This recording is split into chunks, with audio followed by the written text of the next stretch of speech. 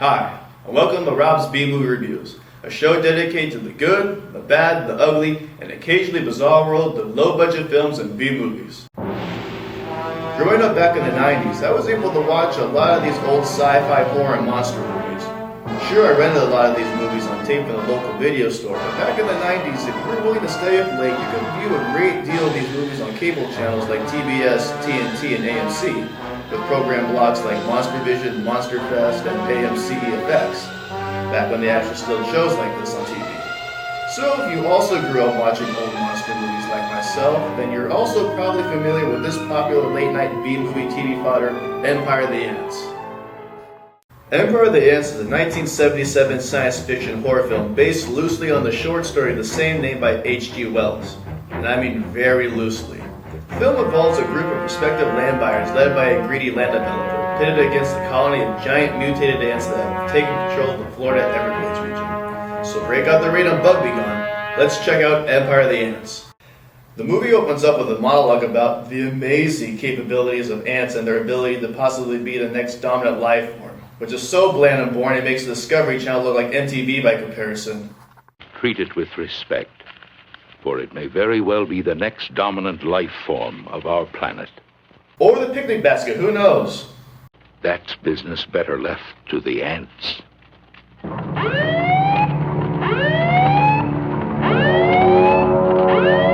No, even the movie's trying to warn us how bad it's gonna be. Run!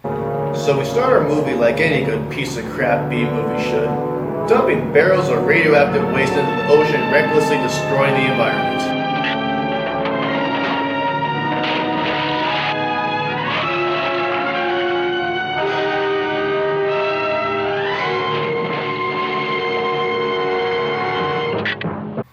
You know, you really kind of dropped the ball on that one, Greenpeace. Yeah, in case you haven't noticed, at this point by the 1970s, giant monster movies had grown kind of stale and old hat. So to keep up with younger audiences' taste, a lot of these movies have sort of an ecological, don't pollute the environment message. This movie, however, tries the shotgun approach. It says screw it, and throws every single cookie-cutter convention at you to see what sticks. A cliche collage, if you will. So we see one of the barrels wash ashore on a nearby beach, and it begins to leak radioactive waste. That looks like the T-1000 for Terminator 2 for some reason. What, was the fluorescent green goo from The Simpsons too subtle for a movie about giant mutated ants? Yeah, we don't want to break the audience's sense of wonderment, would we, movie? So anyways, the ants ingest the Terminator spooge, no doubt leading to the horrible toxic mutations later on. We meet our future ant appetizers, cast members. The first being shady land developer Marilyn, played by Joan Collins, Captain Dan, played by Robert Lansing, Margaret, played by Jacqueline Scott, Joe, played by John David Carson, and a bunch of other tourists you also won't take time to remember or care about because it'll be Ant Chow soon. Now, don't you worry. Nobody is going to hustle you into buying anything. Dreamland Shores sells itself.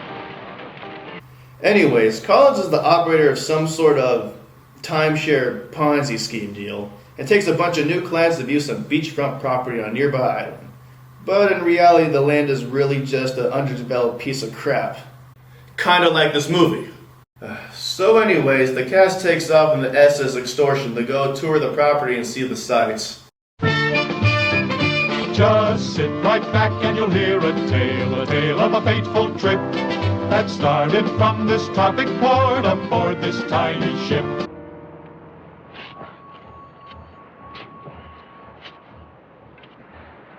Think that'll please a bitch? Ever see anything they Well, at least it's good to see the filmmakers use some good old-fashioned prison labor to produce their classic giant bug movie. The cast bullshits, gets a free lunch and some booze while Collins kisses up to anybody she thinks she can get a quick buck out of. Except for Larry, who decides since it's the swinging 70s, he wants to get his freak on. Not what we came out here for. I must be crazy or something. I just met you an hour ago and here I am out in the woods with my hot fingers. Loosen up, huh? Let me go! Damn, this guy's an animal. Makes Charlie Sheen look like a fucking saint by comparison. I mean, I know the 70s was the decade of free love and everything, but this guy skipped like 3 steps at least, even by 70s standards.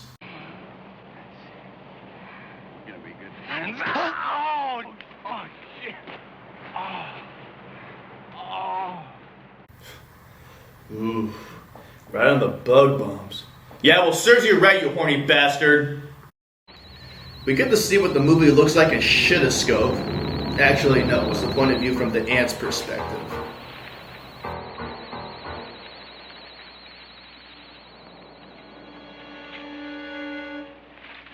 Yeah, this doesn't seem very beneficial for a bug they hyped up to be inheritors of the earth. These ants don't really seem like all that. Oh yeah, by the way, you know that annoying ass sound every giant bug seems to make in these kind of movies? Well, I hope you like it because you're going to be hearing an awful lot of it.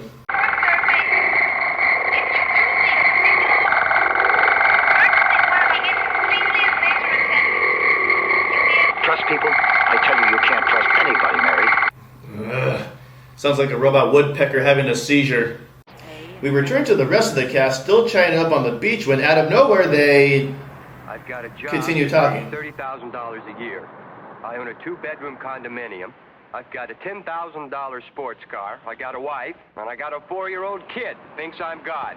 I've got to make certain that I make the best investment possible. I don't have any opinions about that. The only opinions I have involve beards and gold earrings. This land they're trying to sell us, is it a good thing? Huh? Aren't there supposed to be, giant ants in this movie? Hello? Hello? Yes? I really hate that man. Say something of importance. Anything. Talking. That's all it is people talking. You've got a button on your shirt. You got time. I always carry needle and thread. Oh my god, are you kidding me? This isn't the Maury Povich show. It's Empire of the fucking Ants. Start killing people already! Thomas, what are you doing? Looking, just looking. So we meet a middle-aged couple who commits the heinous crime of actually trying to get the plot started. Most people are dishonest. Let's get back to the others. In a minute. Look at this, Mary. It's a water pipe. It isn't even connected. It's a fraud, just like I said. These people are dishonest. This is a fraud. It's all bullshit. All of it. Mary, Unfortunately for the couple, though, they make a bigger discovery than they expected.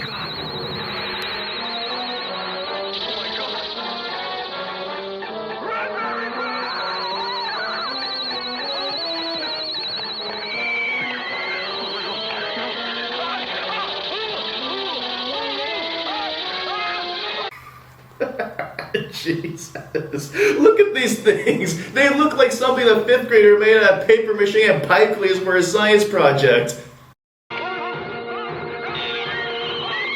Seriously, the ants from them looked better than these things. And I know they're supposed to be fake in that one.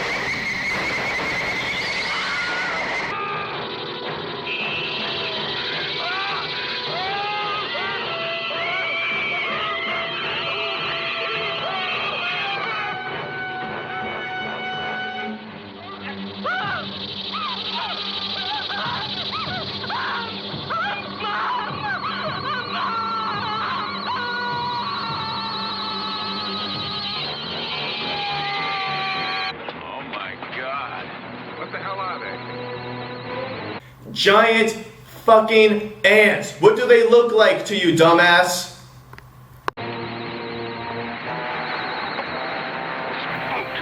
Oh shit. Was that my cue? I better do something, I guess.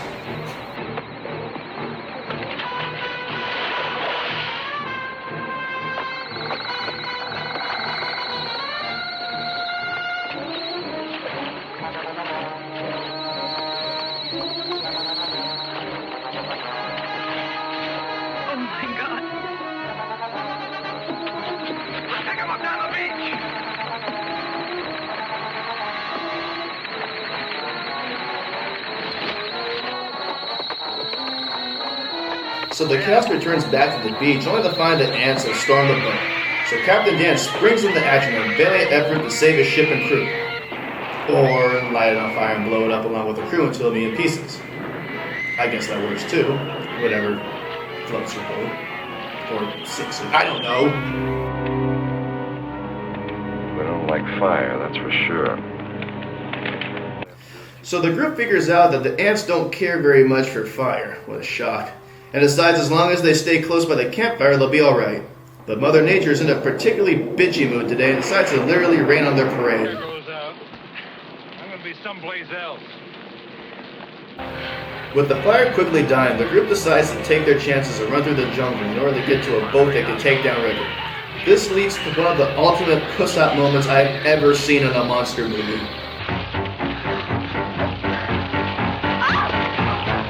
Larry, wait! What? Oh.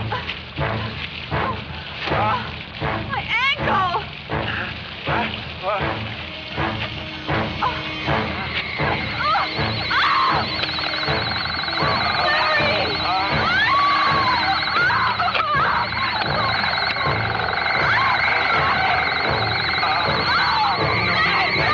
Oh my god, Shaggy and Scooby-Doo have more balls than this coward. Meanwhile, back at the crack shack, we see the old couple has waited out the rain and appeared to be scot-free.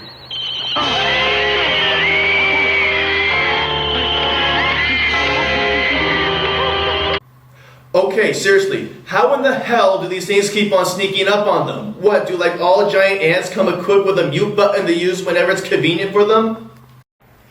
So the group finally makes it to the boat and heads downriver to escape their insect overlords. And we see some nice stock footage vans too. Until they come to a fork in the river. It's to the left. We should go left. Glad somebody's short. Either way, just as long as we keep moving. It's my life, goddammit! Go left! Larry demands that they go left, and wouldn't you guess it, it's the wrong freaking way. Anyways, the ants seek the boat and everybody gets away except for Larry, who's killed in the process.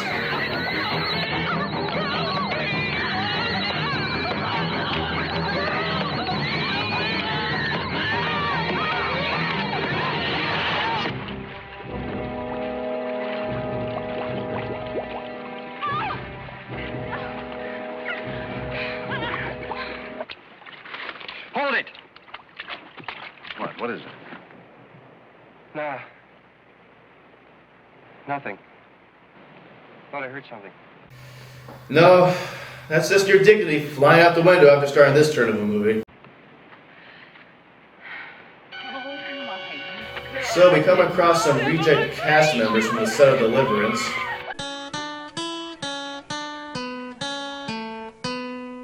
Is there a town near here?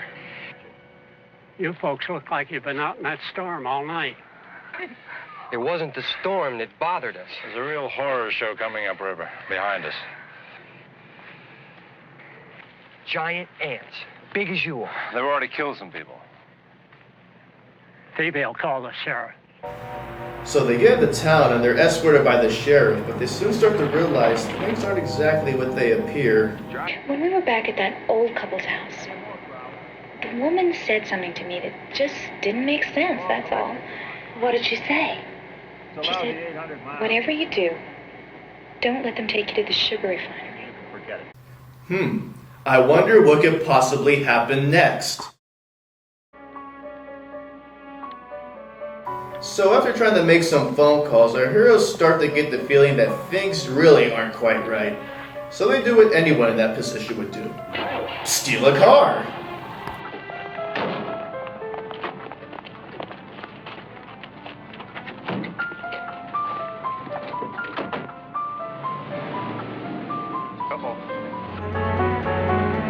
What are you looking for? We're looking for a gun. Not that we'd be that lucky. You'd be surprised. I want to put it past Florida to make it mandatory that all vehicles come equipped with handguns. Oh, shit. Bad boys, what you want, what you want, what you gonna do? Get out, everybody. When you shut the junk, don't come for you. Tell me what you wanna do, what you wanna do. Yeah. Bad boys, what you gonna do, what you gonna do?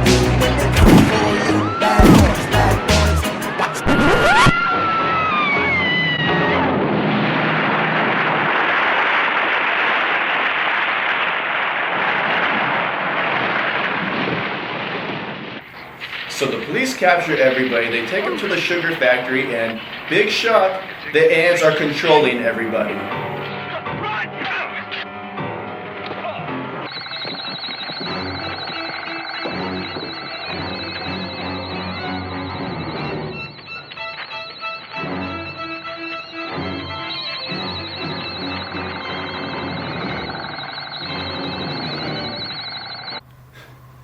God damn it, movie! You've thrown a lot of shit at me this whole time, but shameless stock footage, that's where I draw the line. Yikes. That tractor ride isn't quite as a champion as it was last Halloween.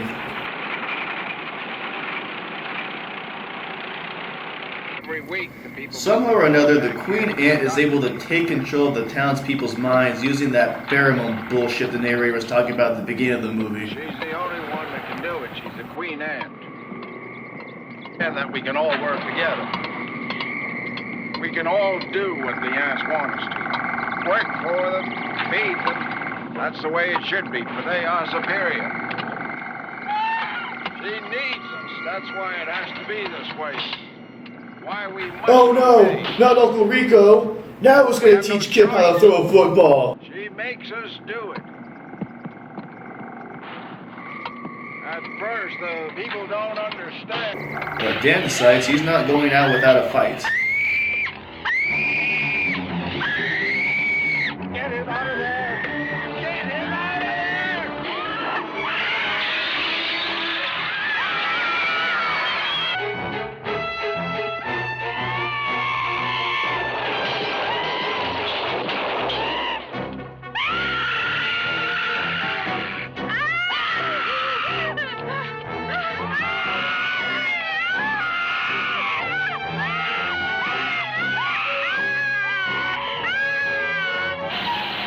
Joe then decides to burn the factory down by crashing an oil tanker and quite possibly the most combustible sugar in the world.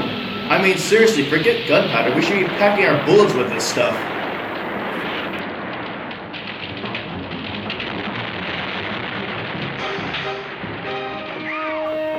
So Joe gets away, they get down to the dock, they take a boat, and once again they flee from the ants.